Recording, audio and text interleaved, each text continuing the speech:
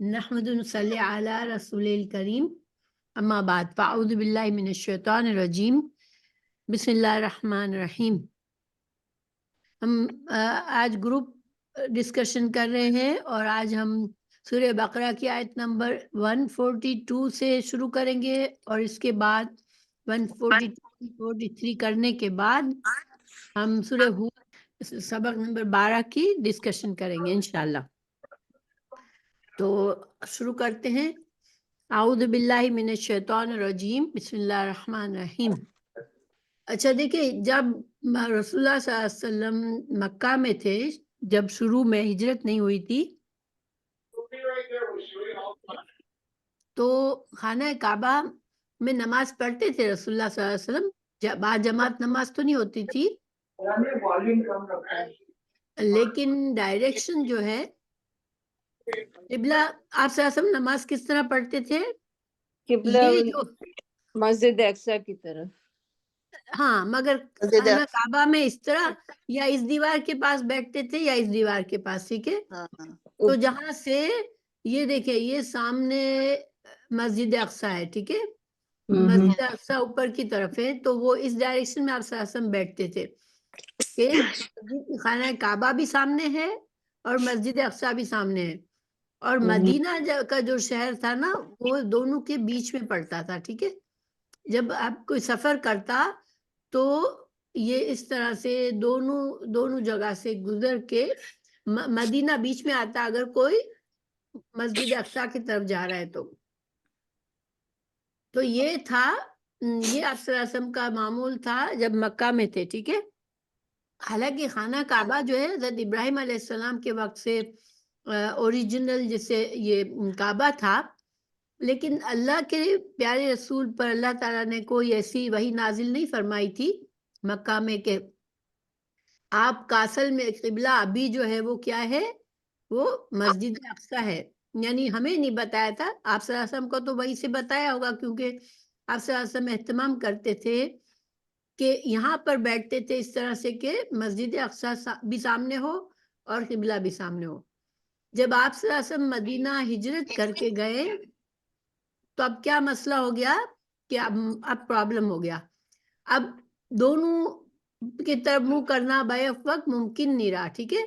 یا تو مدینہ سے انسان خانہ کعبہ کی طرف منہ قبلہ بناتا تو اس طرف قبلہ بنتا نیچے کی طرف، اور اگر مسجد اقصی کو قبلہ بناتا انسان تو اوپر کی طرف منہ کرنا پڑتا، یعنی 180 ڈگریز کا فرق ہو جاتا تھا۔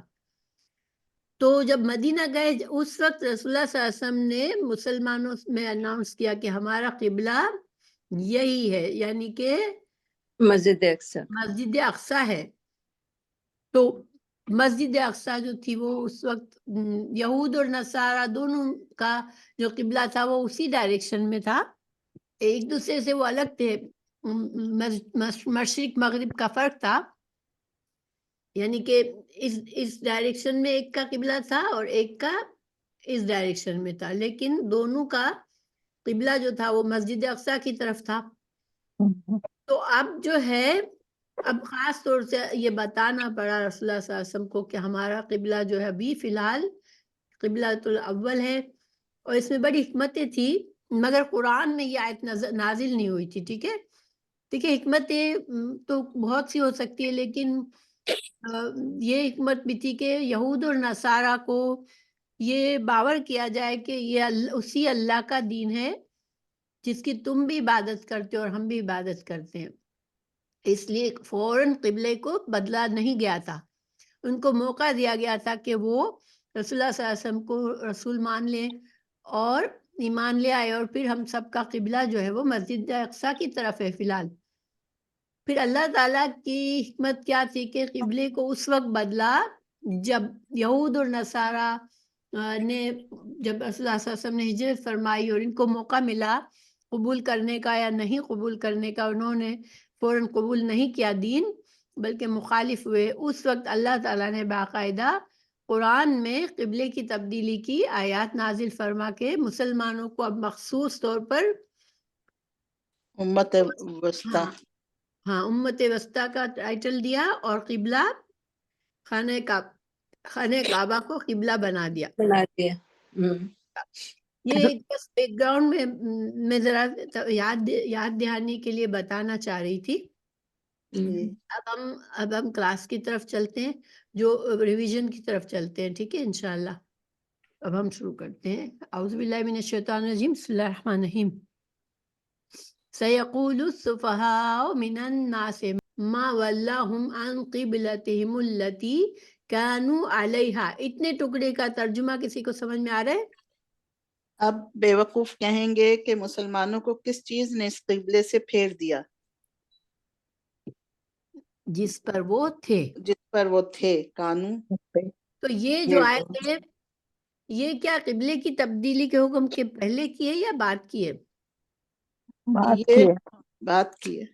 بعد کی ہے. دیکھیں سیقولو اللہ تعالیٰ عنقریب کون سا عنقریب وہ کہیں گے. اب بیوقوف کہیں گے. قریب کہیں گے. ٹھیک ہے, یعنی ابھی تو ہوا نہیں تھا یہ. اللہ تعالیٰ مسلمانوں کو پہلے سے تیار کر رہے تھے کہ قبلہ اب تبدیل ہونا ہے, اور جب ہوگا تو کون آبجیکشن لے گا اس پر, کون باتیں بنائے گا؟ بیوقوف لوگ, پاس عقل نہیں ہے. گویا کہ اس سے ہمیں ایک اشارہ کیا ملتا ہے؟ بیوقوف کہا ان لوگوں کو جنہوں نے اللہ کے حکم پر وہ اعتراض کرنے والے تھے, ان کو بیوقوف کرنے والے. تو گویا کہ انسان دنیا کے لحاظ سے کیا وہ بیوقوف تھے یہود اور نصارہ اس وقت کے؟ دنیا کے لحاظ سے تو نہیں تھے, لیکن نہیں تھے. لیکن جب اللہ کے حکم انسان نہیں مانتا تو کیا ہو جاتا ہے وہ بیوقوف ہو جاتا. ہاں, اللہ کی نظر اللہ میں کی نظر میں بیوقوف ہو جاتے ہیں. وہ عقل استعمال نہیں کر رہا. تو گویا کہ انسان کی عقل بھی انسان کو کیا کرتی ہے؟ عقل کا بھی صحیح فائدہ راستہ دکھاتی ہے. کہ وہ صحیح راستہ دکھاتی ہے عقل بھی. ہاں, یہ دوسری بات ہے کہ مذہب کے معاملے میں جب ہم قرآن اور حدیث میں ہمیں جو بات کہی گئی اس کے مقابلے میں ہم عقل نہیں استعمال کرتے. ٹھیک ہے, ہم پھر اس کو سمجھنا بتانا کرتے ہیں, لیکن انسان کی عقل اس کو سیدھے راستے کی طرف لے جاتی ہے اگر انسان کا دل قلب سلیم ہو. اچھا, سفہاء واحد ہے یا جمع ہے؟ یہ جمع ہے. جمع تو اس کی واحد کیا ہو سکتی ہے؟ الصفی. صفیہن. الصفی. صفیہن یا الصفی. ٹھیک ہے, ماشاءاللہ. من الناس سے لوگوں میں سے. ٹھیک ہے, تو لوگوں میں سے. تو من الناس سے ہمیں کیا پتا چلتا ہے کہ سارے لوگوں نے ایسا کیا یا سارے لوگ ایسا کریں گے یا کچھ نہیں, لوگ؟ وہ جو ایسا بیوقوف کریں. ہیں, جو ان لوگوں میں سے بیوقوف جو ہیں وہ کریں گے. ما ولاہم. ماں کا یہاں پر ماں کا کیا مطلب ہے؟ کس واللہ جو ہوتا ہے وہ مددگار. کے معنی میں. ٹھیک ہے, کس چیز نے, جس نے اللہم. واللہم کا کیا مطلب ہے؟ واللہ جیسے مسلمانوں کو پھیر دیا. ہاں, پھیرنا. دیکھیں پھیرنا. یہاں پر واللہ ولی کے معنی میں نہیں ہے. ٹھیک ہے, ما ولاہم کس نے پھیر دیا ان کو, عن قبلتہم. اچھا, اب یہاں پر کس قبلے کی طرف یہ لوگ بات کر رہے ہیں کہ ان کے قبلے سے؟ بیت المقدس. ہاں, ان کا قبلہ. قبلہ جو تھا وہ اس وقت بیت المقدس تھا, تو وہ کہیں گے کہ ان کے قبلے سے ان کے قبلے سے پھیر دیا. چیز نے پھیر دیا. التی کانوا علیہا. اوکے, قل للہ المشرق والمغرب. اب یہاں پر قل آپ کہہ دیں, کہہ دیں اللہ کے لیے مشرق بھی ہے اور مغرب بھی ہے. مغرب اور مشرق. اوکے, یہدی من یشاء الی صراط مستقیم. وہ ہدایت دیتا ہے جس سے چاہتا ہے. اچھا, تو اللہ کے لیے مشرق اور مغرب سے یہاں کیا اشارہ ملتا ہے؟ کہ کسی ڈائریکشن میں بھی ہو. ہاں, ماشاء ہر اللہ. طرف. یعنی کہ اللہ تعالیٰ کی مرضی کی ہے, مرضی سے ہے. مشرق بھی اللہ کا ہے, مغرب بھی اللہ کا ہے. تو اللہ جس ڈائریکشن میں کہے اس طرف میں مڑ جاؤ تم, کیونکہ اللہ تو اللہ ہی کا ہے سب کچھ. یہدی من یشاء الی صراط مستقیم. اچھا وہ ہدایت دیتا ہے جس کو وہ چاہتا ہے. میں یہ شاؤ وہ جسے چاہتا ہے. ہاں جس کی. سیدھے راستے کی طرف. تو کیا اس کا مطلب یہ ہے کہ اللہ ہی ہدایت دیتا ہے تو انسان کا اس میں کوئی دوش نہیں ہوتا اگر وہ ہدایت یافتہ نہیں ہے؟ ہم کہ یہ سمجھ سکتے ہیں؟ نہیں، ہدایت مانگنی چاہیے. ہدایت صرف اللہ ہی کرتا ہے. اللہ سے مانگو. ہاں اللہ سے ہدایت مانگنا ہے. اور اللہ تعالیٰ جو ہے ہدایت جس کو دیتا ہے جو چاہ رہا ہوتا ہے، جو جو کوشش چاہتا کرتا ہے. ٹھیک ہے، تو اس سے ہمیں ہدایت کی اہمیت پتہ چلتی ہے کہ ہدایت کیسی نعمت ہے اللہ کی. بہت بڑی. بہت بڑی بڑی نعمت ہے. نعمت ہے. بہت یعنی بڑی دیکھیے ہے. اللہ تعالیٰ بہت سے مخلوق کو اناج دیتا ہے، ان کا پیٹ بھرتا ہے. تو ہر وقت انسان یہ دعا نہیں کرتا رہتا کہ دن میں 10 بار کہ اللہ مجھے اگلا کھانا دے، اگلا مجھے. کیونکہ بہت سے لوگوں کے پاس تو بہت سارا ہوتا ہے تو وہ یہ سوچتا بھی نہیں ہے، وہ کھاتا پیتا ہے مزے سے. لیکن ہدایت جو ہے وہ ایسی نعمت ہے کہ ہر انسان کو کیا کرنا ہے؟ مانگنا ہے اس کے لیے اللہ سے. ہمیں کیا سکھا گیا ہے؟ ہم کب مانگتے ہیں اللہ سے ہدایت؟ مانگو. ہم باقاعدہ مانگتے ہیں ہدایت اللہ سے؟ نہیں، جو مشکل وقت آتا ہے. مشکل وقت آتا ہے جب مانگتے ہیں، اور ویسے نہیں، تو مگر اللہ مانگنا. نے سکھایا ہے ہمیں ہدایت مانگنا. الحمد میں تو ہاں، یہی ہے. سکھایا الحمد میں ماشاء اللہ. سورہ فاتحہ دیکھیے میں جو سورہ ہے فاتحہ ہمیں بالکل. ہاں ماشاء اللہ. فصیحہ اور نصرت. سورہ فاتحہ تو پوری ہدایت کی دعا ہے نا کہ ہدایت دے اللہ، ہمیں ہدایت دے. تو گویا سورہ اللہ فاتحہ میں، سورہ ہاں فاتحہ. جو چیز سب سے زیادہ ہمارے لیے ضروری تھی اس کی اللہ تعالیٰ نے دعا سکھا دی کہ ہم 5 وقت نماز 5 پڑھتے. نمازوں میں وہی نماز مانگتے. کی ہر نماز کی ہر رکعت میں ہم دعا مانگتے ہم ہیں. دعا مانگتے ہیں اللہ سے. ٹھیک ہے، اسی لیے جب ہم سورہ فاتحہ پڑھتے ہیں تو ہمیں بہت کانشیسلی پڑھنا چاہیے.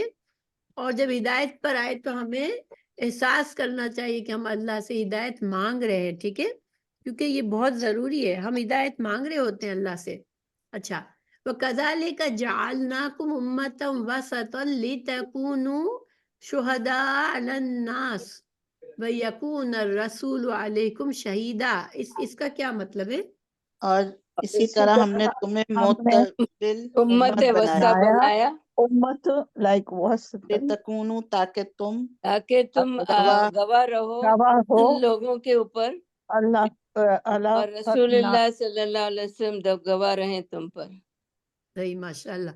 تو ہمیں یعنی کہ یہاں پر ہمیں امت وسط کا نام دیا.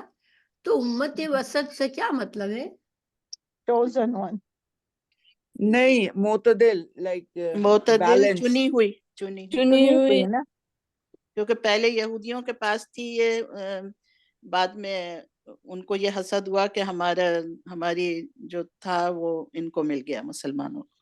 ہاں، یہ ٹائٹل چنی ہوا اللہ تعالیٰ کا چنا ہوا ہونا، یہ بہت بڑی امت وسط. وسط کا لفظی معنی کیا ہوتا ہے؟ کہ درمیانہ. درمیانی، بیچ کی. درمیانہ. تو درمیانہ کو چنا ہوا کیسے بنا لیا؟ دیکھیں، یا تو ٹاپ پہ ہو یا باٹم پہ ہو، یہ تو درمیانہ بتا رہے ہیں اللہ تعالیٰ ہمیں. اور ہمیں ساتھ ساتھ ایک ٹائٹل بھی دے رہے ہیں اور ایک اعزاز بھی دے رہے ہیں. تو کیوں؟ کیونکہ رسول اللہ صلی اللہ علیہ وسلم ہمارے پہ گواہ ہیں. نہیں، پہلے کی امتیں جو تھی وہ لیکن یہ بیچ میں ہے نا. نصرت آپ کیا کہیں گی پہلے کی امتوں کا؟ پہلے کی امتوں کے بارے میں بھی بتایا ہے نا کہ وہ ایسی تھی، وہ ایسی تھی، تم ایسے ہو. I don't know، میں بھول گئی، مجھے یاد تھا کل تک. دیکھیں فصیحہ بتا رہی ہیں کہ افراط اور تفریط نہیں کرتی امت وسط. افراط اور تفریط کس چیز میں؟ پچھلی امتوں نے کس چیز میں افراط اور تفریط کر کے انہوں نے ایک کو مانا، دوسرے کو نہیں مانا. ماشاء اللہ.